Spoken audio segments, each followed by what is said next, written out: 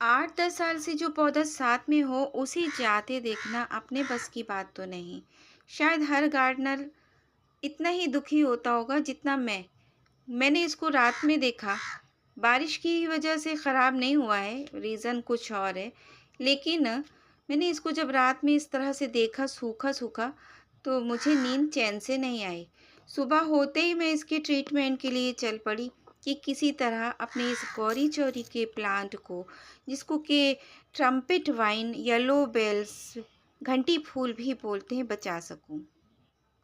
8-10 साल पहले मैंने इसको एक छोटी सी कटिंग से लगाया था, तब से ये मेरे साथ में था। अब इसके ये हालात हैं। जैसे इस गमले में बाढ़ जैसी आई हो, सूख तो ऐसे रहा है जैसे कि मैंने उसमें पानी ही ना दिया हो। असल में ये 2 दिन ही लगे होंगे इसको, इतना हरा-भरा हो रहा था। मैं इसकी टहनियों को दिखाऊँ, बिल्कुल लॉन्ग लॉन्ग। बरसात में ग्रोथ बहुत अच्छी होती है ना प्लांट की। मैं बड़ा खुश थी कि अरे मेरा गौरी-चौरी का प्लांट कितना बड़ा हो गया है। 8-10 इंच के गमले में लगा हुआ इतना बड़ा-सा, और टॉप पर जाकर उसमें कलियाँ बनना शुरू हो गईं, फ्लावरिंग शुरू होने वाली थी। और इस बीच में ये एकदम से दूसरे दिन ही मैंने देखा कि सूख रहा है। तो मैंने पानी देने की कोशिश की, लेकिन जब मैंने देखा इसको, तो क्या देखती हूँ कि पानी तो भरा है उसमें ऑलरेडी, कीचड़ जैसी, दलदल जैसी मिट्टी, जैसे कि बरसात के बाद मिट्टी अक्सर हो जाती है। फिर अपने असरात छोड़कर जाती है, फंगस फंगस ले डूबता है पौधे को, लेकिन इसके साथ ये रीज़न नहीं थे। कहीं आपके पौधे में भी ऐसा कुछ तो नहीं हो रहा है? इस वीडियो को फुल वॉच कीजिएगा, आपको बहुत नॉलेज मिलने वाली है। देखिए, मैंने पॉट को घसीटने की कोशिश की, लेकिन इसकी टहनियाँ चट-चट बोल रही हैं। ऐसा ही तो लगेगा कि ये सूख गई हैं, पर ऐसा नहीं है। गौरी-चौरी का प्लांट ना लकड़ी टाइप की इसमें स्टेम्स होती हैं, तो आवाज़ तो आनी थी, लेकिन ग्रीनरी अंदर है। अब एक छाल जैसी जो बची है उसको तो कट करके निकालना पड़ेगा। एक समस्या और, सारी फसाद की जड़ यहाँ पर है। मैंने इसको हटाने की कोशिश की, लेकिन जड़ इसके ड्रेनेज होल से होती हुई इस लकड़ी पर, जिस पटरे पर ये रखा था, उस तक को खाना शुरू कर दिया। अब मैं इस गमले को निकालने की कोशिश कर रही हूँ। जो कुछ काम करूँगी मैं वहाँ तो रख कर नहीं कर सकती। कमर झुकाए-झुकाए दर्द करने लगी। आखिर मैंने कट करके निकाला और बाहर निकाल कर लाए। एक पौधे को 8-8 10-10 साल बनाए रखना और फिर उसको बचाने की कोशिश करना, ये सारा मेहनत का काम है। तभी हम गार्डनर्स इन पौधों को बचा पाते हैं और इसकी वजह से ग्रीनरी नज़र आती है। लोगों को तो बस ऐसे ही समझ में आता है, लगी रहती हो, ताना मार-मार के बेदम कर देते हैं। तारीफ़ तो कभी करना नहीं है, उस पे से परेशान और करते हैं। लेकिन पौधों के प्यार के आगे मैं मजबूर हूँ। अपना सुख चैन छोड़कर मैं इसको देखती हूँ। खैर, इसको निकाल कर मैं, इसमें देखिए एक सिलोशिया का प्लांट लगा हुआ है, इसको भी सेव करना है। एक छोटे-छोटे पौधे को सेव करती जाती हूँ, तब जाके गार्डन ग्रीन नज़र आता है। अभी मैं इसको निकालने की कोशिश करूँगी, खींच रही हूँ लेकिन गमला ही गिर जा रहा है। अगर दूसरे की हेल्प मिल सकती है तो आप किसी से ये गमले को पकड़वा लीजिए, खींचकर निकाल लीजिए, लेकिन मुझे किसी की हेल्प नहीं मिल रही, मैं यहाँ अकेली हूँ।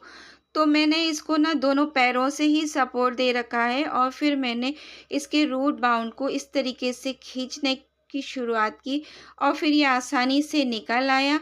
अब जाके मुझको चैन पड़ा है, मेहनत भी पड़ी है।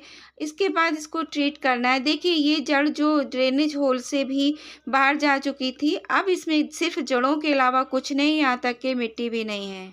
ज़ाहिर है इतना कुछ देखकर आपको वजह समझ में आ गई होगी कि क्या रीज़न था जो दलदल जैसी मिट्टी हो रही थी। इसका पानी ड्रेनेज होल बंद होने की वजह से निकल नहीं रहा था, और अगर पानी ना दूँ तो जड़ों में इतनी ताकत नहीं कि पौधे को चला सके। नहीं इसमें कोई फर्टिलाइज़र दे सकते हैं, पड़ा-पड़ा बेकार हो जाता, जड़ें ही खाती, पौधा मर जाता। इसलिए इसको निकाल कर इसकी जड़ों को कट करना बेहद ज़रूरी हो गया था। अब ये कितना सँभल पाएगा अल्लाह मालिक है, मुझे नहीं मालूम। बस मैं अपनी कोशिश कर रही हूँ। एक कोशिश और कर सकते हैं, कटिंग्स भी लगा सकते हैं। इस मिट्टी को इस्तेमाल करने वाली नहीं हूँ, कीचड़ जैसी हो रही है तो धूप में मुझे इसको 1-2 दिन डालना पड़ेगा। हाँ, इस गमले को ज़रूर मैं वापस से इस्तेमाल करूँगी, मेरे पास कोई दूसरा गमला नहीं है। और मिट्टी का गमला है, इसमें प्लांट चलता था, इसको भी थोड़ी देर धूप दिखा सकते हैं। लेकिन दोपहर में रिपोर्टिंग मुश्किल हो जाती, पौधे को निकालने के बाद छोड़ नहीं सकते। सुबह-सुबह काम ये करना ज़रूरी था, या शाम में रिपोर्टिंग कीजिए, तो मैंने ड्रेनेज होल को क्लियर कर दिया है। अब इसमें मुझे क्या करना है, इन सूखे पत्तों को मैं निकाल लेती हूँ और भर देती हूँ। थोड़ा-सा कचरा-वचरा और भरकर इस मिट्टी को मैं इसके अंदर डालूँगी। उससे पहले बड़े से कंकड़ से, टेढ़े-मेढ़े कंकड़ से मैंने इसको कवर किया ड्रेनेज होल को। चिकना कंकड़ मत लीजिएगा, वो भी ड्रेनेज होल बंद कर देता है।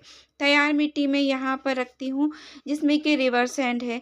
1-1% का रेशियो होगा, कंपोस्ट है और मिट्टी है।